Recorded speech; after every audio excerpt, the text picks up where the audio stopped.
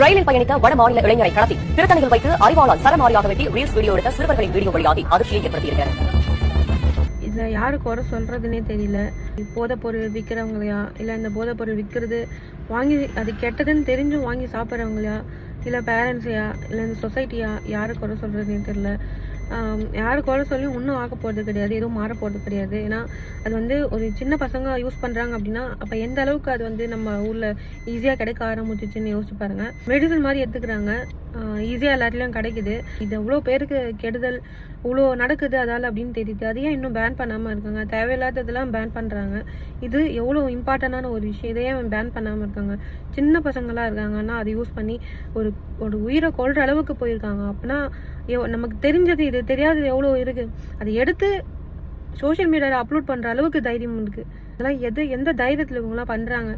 இவங்களாம் அரெஸ்ட் பண்ணாலும் என்ன பண்ண போகிறாங்க? சீர்திருத்த பள்ளியில் போய் சேர்க்க போகிறாங்க, அவ்வளோதான். அதுதான் பனிஷ்மெண்ட்டு. சின்னவங்களோ பெரியவங்களோ தப்பு தானே, அது யார் பண்ணான்னு அதுக்கேற்ற பனிஷ்மெண்ட் கொடுத்தா நல்லாயிருக்கும். இப்போ நியூஸில் வந்து அதுதான் போயிட்டுருக்கு. அந்த நியூஸ் தான் இப்போ ட்ரெண்டிங்காகவே போயிட்டுருக்கு.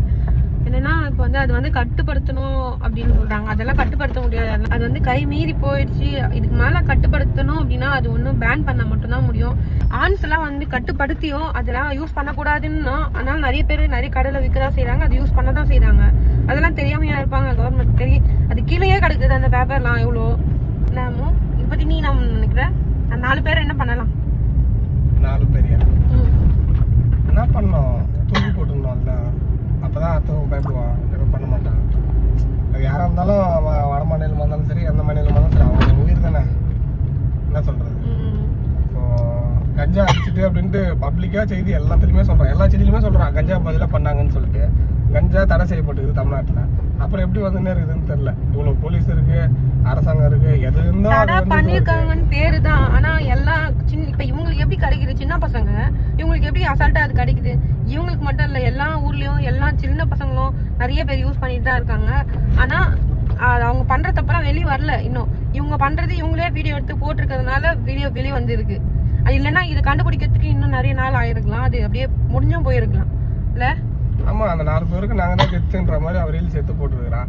டெத்துக்கு ஆப்போசிட் பார்த்தீங்கன்னா டெத்து தான். டெத்தை போட்டு தள்ளிடணும், அவ்வளோதான். 4 பேருமே டெத்து பண்ணிடணும், முடிஞ்சிடணும். அதை அப்போ தான் அடுத்தது வந்து இது மாதிரிலாம் பண்ணால் நம்மளும் செத்துருவோம்ன்ற அந்த யோசனைலாம் கொஞ்சமாச்சும் ஸ்டாப் பண்ணுவான்.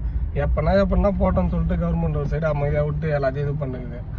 அதனால பாதிக்கப்படுறது நிறைய குடும்பம் தான். எவ்வளோ குடும்பம் வந்து சின்ன பசங்க யூஸ் பண்ணி அவங்க அப்பா அம்மா எவ்வளோ கஷ்டப்படுறாங்க அவங்கள திருத்தத்துக்கு அப்படின்னு இந்த கவர்மெண்ட்டுக்கு புரியுதா இல்லையான்னு தெரியல. ஸோ இதை பற்றி நீங்கள் என்ன நினைக்கிறீங்கன்னு கமெண்ட்டில் சொல்லிட்டு போங்க. ஸோ நாங்களும் தெரிஞ்சுக்கிறோம். ஓகே.